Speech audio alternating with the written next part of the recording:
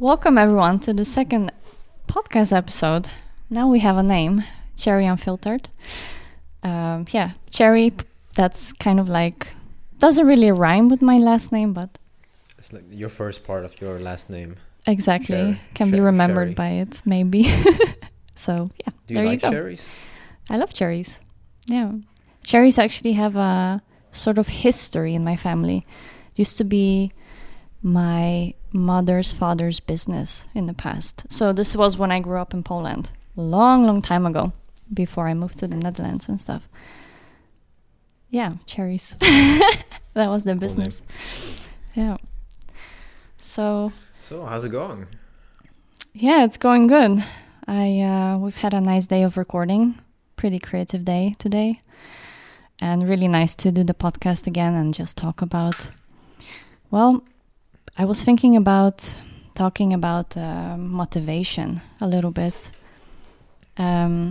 Just because it's been on my kind of mind the last couple of days, you know, with work and with business and on projects. Like, how do you, stay motivated when you do all these things that you do in your life and other people have other things, maybe they have children or things like that. But, like motivation. And I guess that all comes to, self-limiting beliefs in a way.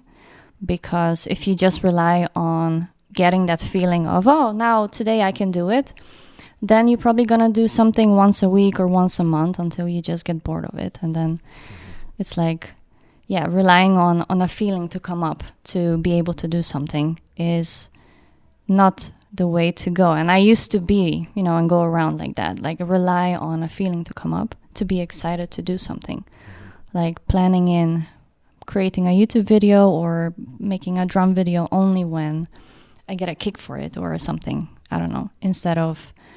I guess, that it depends how you want to live, right? Maybe someone likes living like that. Yeah, I guess.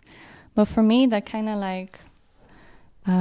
it stopped me from pursuing a project. Yeah. In the end. We have like a different code, right? Like... the code that writes me makes me the way I am, and the code that writes you makes you the way you are. Call it DNA, call it whatever you want, and it gives you, I guess, different ingredients that create the type of life you want to live. And so perhaps maybe thinking that way is part of an ingredient for someone, but for someone else it might not be. Mm-hmm. So I think interesting how we can maybe see that a way for me might not work, but a way for someone else might work. So that way, Yeah. I always found it fascinating that I got excited by starting a project one day, and then the next day I was like, kind of like demotivated directly, or maybe it took a couple of days or a few weeks, and then naturally just degraded. And because I ended up relating on that feeling of getting motivated. And so I never pursued that project. While I started it for a reason, or so I thought, right? I kind of wanted to... What project are you talking about? It was just random. I started like a gaming channel a year and a half ago. Right. I was really excited to create like weekly gaming videos, to stick to a schedule, stuff like that. But I ended up waiting on a motivation to come. And then in the end, it kind of never worked because I stopped pursuing that project. Yeah. But then I guess in a way, it was not really meant to be pursued. No, I guess if you need motivation for something, like here I can only draw from my own personal experience.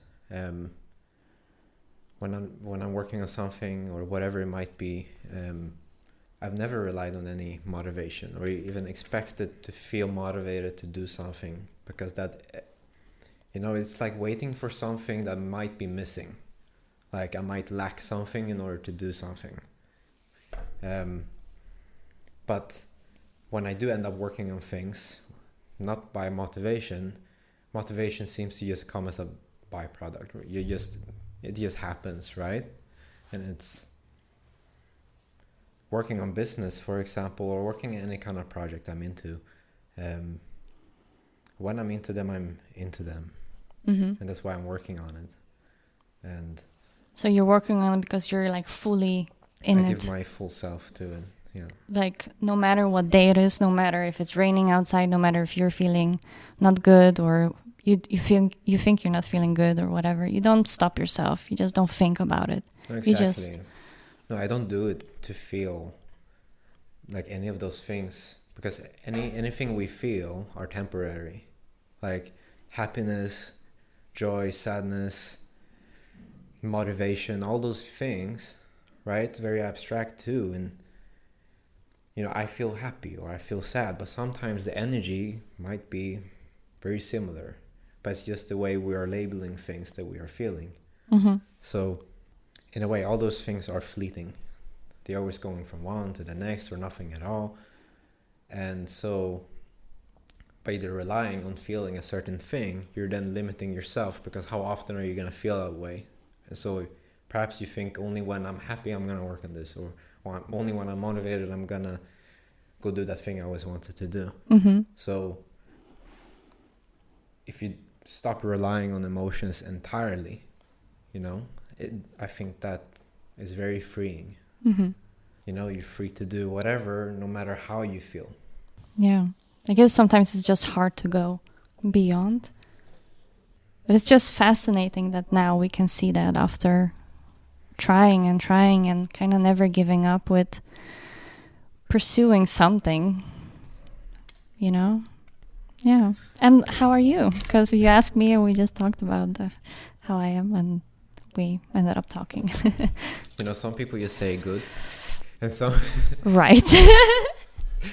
How does it feel to host something, to host this experience? It feels nice. Sometimes it feels a little bit like, tiny pressure. Like, right. I mean, like the cameras and what we, when we upload it, like, what am I saying? Tiny pressure, what to say, what to talk about, like, would it resonate with someone, and I know that all these thoughts, like, for the moment, just should rest. Yeah, the challenge then, right, is to keep it like a normal conversation, like between you and me. Yeah. And not thinking that these cameras and the video, whatever, is even gonna exist. Exactly. So it's just you and me talking. How does it feel to be a guest? Kind of co-hosting it in a way too, because you're... Yeah, I think it's nice. Like we did it a week ago and now we're doing it again. It's just, I guess, a place to talk about things that this week had. Like, what happened this week?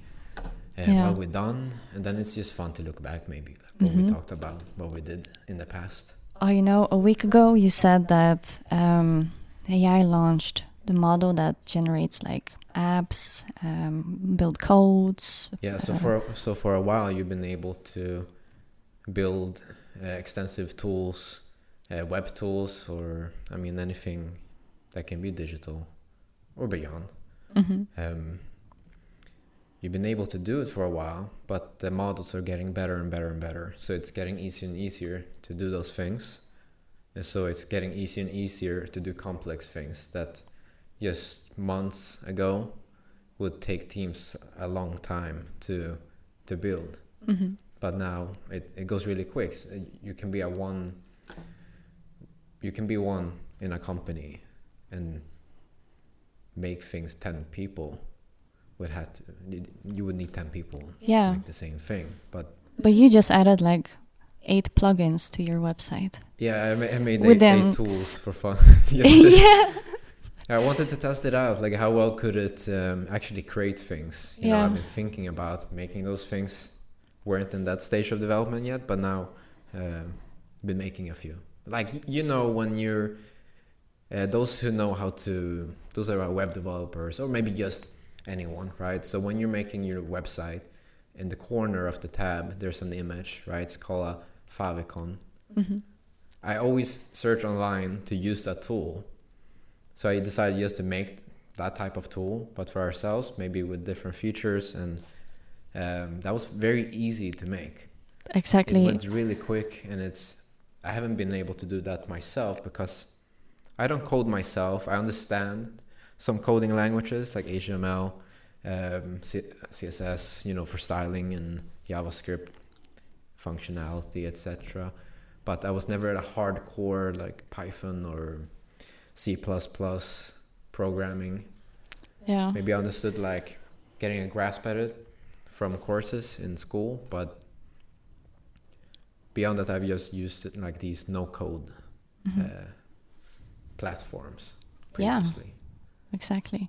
You can make yourself tools now that you need yourself, even if you can't find anything online. How great is that? Yeah. That you can just create that. No, so it's really fun. Earlier that when I walk around like in my head in the day, because I'm doing these things and I follow the kind of people online and I see the type of videos, I live in my own bubble, right? My own little bubble of people do this and people do that. And in my head, everyone's like making these biggest tools or whatever, using AI like hackers. Right. But it's funny that how we can have like a perception of something. Yeah. Ourselves. Like I want to make a game. Yeah. Like I don't know how really to. Exciting. Yeah, I don't know how to do coding or anything like that, but I would love to create a game. Well, if it's not like fully possible to create the experience you're looking for, it's at least possible to like work on the concept, to like put pieces together. Awesome. Like imagine make your own game and then just playing, publishing. But yeah. Well, it's only been 15 minutes. Wow. This felt like an hour. This felt intense, yeah. Actually, I have a theory, and that theory, actually, when I'm colder, I tend to be a little bit more nervous. Test in action. Does the jacket make her warmer? I mean, that for sure. It does definitely makes warmer. I don't think you need a theory on that. Okay, so moving on. It's been a lifelong dream to go on an RV adventure. Been dreaming about it since childhood. Haven't done it yet. Also have been a dream of mine. And I am just dreaming about, I also have just dreams where we just are in the RV already. But I'm just visualizing how we would make it inside. I don't know, it's like a cozy, tiny, doesn't have to be big. Tiny house on the wheels. And we should definitely try it out for like during the summer months, whenever possible. Oh yeah. Sometimes when I think about what a podcast is, it's a conversation, right? But you often we get a lot of our inspiration from all the podcasts we already watch. So they're usually talking about the subject, things like that. And I've always been curious about how you do this thing, like authentically, without like borrowing elements from other creators, like for what we perceive a podcast to be. Right. Like, how are you supposed to do a podcast? There's more fireworks. How you're supposed to do a podcast, like where we get that from, I feel like probably makes a lot of podcasts similar to other podcasts. But how do you make like a podcast authentic? And I've been thinking about this, right? If I ever wanted to do a podcast, I've been imagining how you make it real in a way. How do you make it unique while there's gazillions podcasts out there, but not really in the sense of how do you make it unique to gain a viewership? Mm-hmm. Because I'm happy if just one listens or no one. For me, it's just about this conversation, and I think it's pretty cool to record and see in history for you and me. And I mean, we watch a lot of podcasts, so we probably, like you say, have an idea of how it should be. Yeah. But I also like the idea of just trying something new, trying like a us type of concept where we just talk and see what happens. And definitely when we would do an RV trip or something like that, then I imagine the podcast being outside. We have 2 chairs, we have 2 microphones, and just talk about, I don't know, the adventures or whatever is happening, or you know, things like that. Yeah, I always imagine like keeping it or having unscripted, like right hands Cherry Unfiltered. Yeah, Yeah, no filters. kind of like that. I just enjoy recording and talking. I don't really have like a how this should be like. I really want to keep it fresh and open. So we talk a lot about like moving in the future or trying different ways of living. So right now we are bound to one spot kind of still, but we kind of want to go into more being, fully remote, both of us. Right now I can't be fully remote. Well, I think that's an illusion too.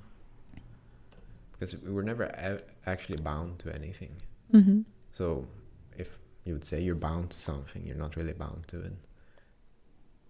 But I choose to kind of. you choose to be bound to something because you're doing something in life that's either strategic or whatever it might be, but you're not actually bound by it. You can, in every single now, every day, you have the complete freedom to decide anything at any point, which could change the entire trajectory of your entire life.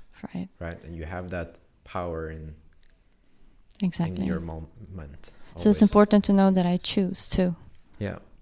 Sometimes we just make life choices to make other life choices possible. Exactly. I see life, so since I play a lot of video games too, like sometimes I see life like it's like a big video or like a big quest kind of thing, and then achieving small things are like your side quests. But they all like are part of the big quest, so they are like, bringing me forward in a way. Yeah. So like if this would be, take the movie Jumanji, for example, we would press our chest, you would have your character, and it would be your strengths, weaknesses, main quests of your storyline, and your side quest that you could choose to do. Right? And then we have these main quests going on. Exactly. And then you thing kind of, and then you kind of know when you achieve and are ready for that next step to go. And then you kind of go into it. It's nice to have things like that, I think. Yeah. Because it keeps me active. Like, to, besides doing some work on the computer or building business or editing videos or, being behind a screen, I also really enjoy being outdoors and just having that more integrated more in our lifestyle in the coming time. I think that would be a nice change that I'm working towards, to, just be more outside and see life for how it really is and not just how it is behind a screen. And right. I mean, why do we do anything at all? Why do we do the things? Yeah. Like the things that we do. For experiences, right? It's, the experience. I always thought knowing that why is really important. Why we do the things.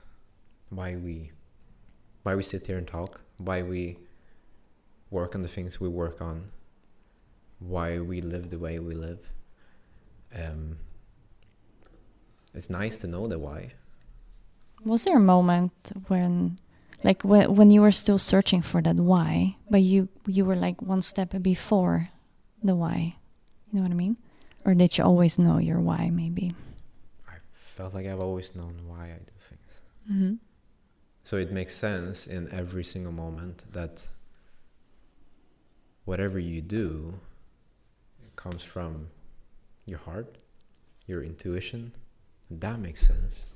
Is it funny when we don't follow our intuition that things get worse? Yeah. And they kind of fold out later on because you already knew deep down. So I feel like everyone kind of knows deep down what they really want. I guess I thought we could end it here with some last piece of information. Yes. So related to motivation, what we started off. So what keeps you from getting to the life you want to live? And we talked a little bit earlier on conditions we put on ourselves, or perhaps conditions we inherit or conditions that we just kind of absorb, from somewhere. I don't know where, somewhere. But to become aware of these conditions. So also like overthinking. So like self-rules, your rules for yourself, the conditions you put on yourself, the conditions of your existence. Like, it's what time it is it? Then I should only do this at this time. Setting beliefs, rules for yourself. As an example, right? But this is very basic, like that. Yeah. So who's making, am I free or not? Right? If I'm not free, then why? What are conditions I put on myself that causes me to not be free and grow or expand the way you want in life? Then to discover, those self-limiting beliefs, what we tell ourselves. Because what we tell ourselves is the greatest power that influences your life, because you're telling yourself, right? Yeah. So you yourself are going to have that experience based on those conditions. So if you can create your own conditions, which then kind of, we can call it, program your mind for your life to happen the way you want to. Just to have some more autonomy. Perhaps not, I'm not trying to confuse it with having to control your life, to control everything, but more in the sense that you step into the power of your life, where if I want to do that, or I want to start this, or I want to try this, or I want to experience this, I want to, that it's okay to do that. Okay to do that, right? So what we tell ourselves then becomes what we see, the world, right? If you believe something, then you're most likely gonna see things with that belief and meet other people with the same belief, because that's gonna be a way you connect. Yes. So then that's also one way of building a worldview. So if you say, if I tell myself, take skiing for example again, if I've never skied and I say, I don't think I'm gonna be good at skiing, I don't think I'm good at skiing. If you tell yourself that you never be able to ski good, then that's gonna be the reality, right? You're not even gonna try, and then when you do try skiing, you already have that belief that you're not good at skiing. So you're not gonna be like good at skiing, because you'd be like, right, see guys, I'm not good at skiing, just what I believed. But if you don't have that belief and you try skiing, do you see now how, like, without that belief, it just opens up for you to become good at skiing? Yeah. So you start skiing and you don't care about being good at it or not. You're just there for the experience, to enjoy it, and to see what this is all about. And you do it more and more. Wow, this is nice. You're enjoying it. But as you're enjoying it, you're becoming better at it, because at that vibration of enjoying the thing you're doing, you then become better and better and better at it in the process. So then you realize, wow, I'm skiing good now. Maybe it's gone 2 weeks and you're skiing. And it's simply this, when you're repeating a certain kind of thing over and over again, you're just going to become good at it, right? You're iterating. Even if this is just an activity and experience for you, you're always learning. You're always learning. So you can, when you put a belief like that, you're stopping that learning for that particular thing. So you're guaranteeing this reality. And so hence why your reality is the way it is. But if you then become aware of these conditions, these beliefs, you can then look at them like, no, these actually don't serve me. I think I want to be good at skiing, or I want to be able to achieve these things in life. And or at least try. We see, because we inherit beliefs, families, parents, the way they think, and that got passed down to them, and what got passed down to them is just this endless cycle until it, stops with you, right? About a certain thing. Maybe a family have believed a certain kind of thing for generations and generations and generations, and then you're like, exactly. Nah. Then you remove the belief, and suddenly that's an experience in your life, and it happened, and yeah, now you can make your own beliefs. Yeah. You can set up your own rules, So your exactly. own conditioning again, You can set or it not. up. But at least you have the knowledge that you can control this. Not controlling your life, but the conditions you put upon yourself to You make can it decide them. to make it nice for yourself. Because if you can, then why not? You're making your life better, and you're making other people's life better as well. Because don't you rather see other people do well? Yeah. To feel well and do well and be well with their own life. And I don't necessarily think that overthinking is bad, because sometimes it's very good to listen to what you have to think about and say in your head. If you're thinking so much about it, maybe it's important. Yeah, but it's the toxic self-talk and the toxic self-doubt and discouragement. I can't do this, or I suck, or this and that spiral of thoughts, that side of overthinking. Yeah. That's the blockage, as well. And that's related to this and it's conditioning. All you, Yeah. when you realize it's all you doing things to yourself. Yeah. Everything. Exactly. And to realize you're doing it to yourself then frees you. Because you're like, oh, there's no one other than me then. So then... No one other than me that can say you can or you can't. Yeah. You can try. And there you go. Then you get your power back. Okay, I think that wraps it up. That's great. Thank you. Well, thanks for listening. Thanks for watching. And we'll see you in the next episode. See you. Bye. Bye-bye.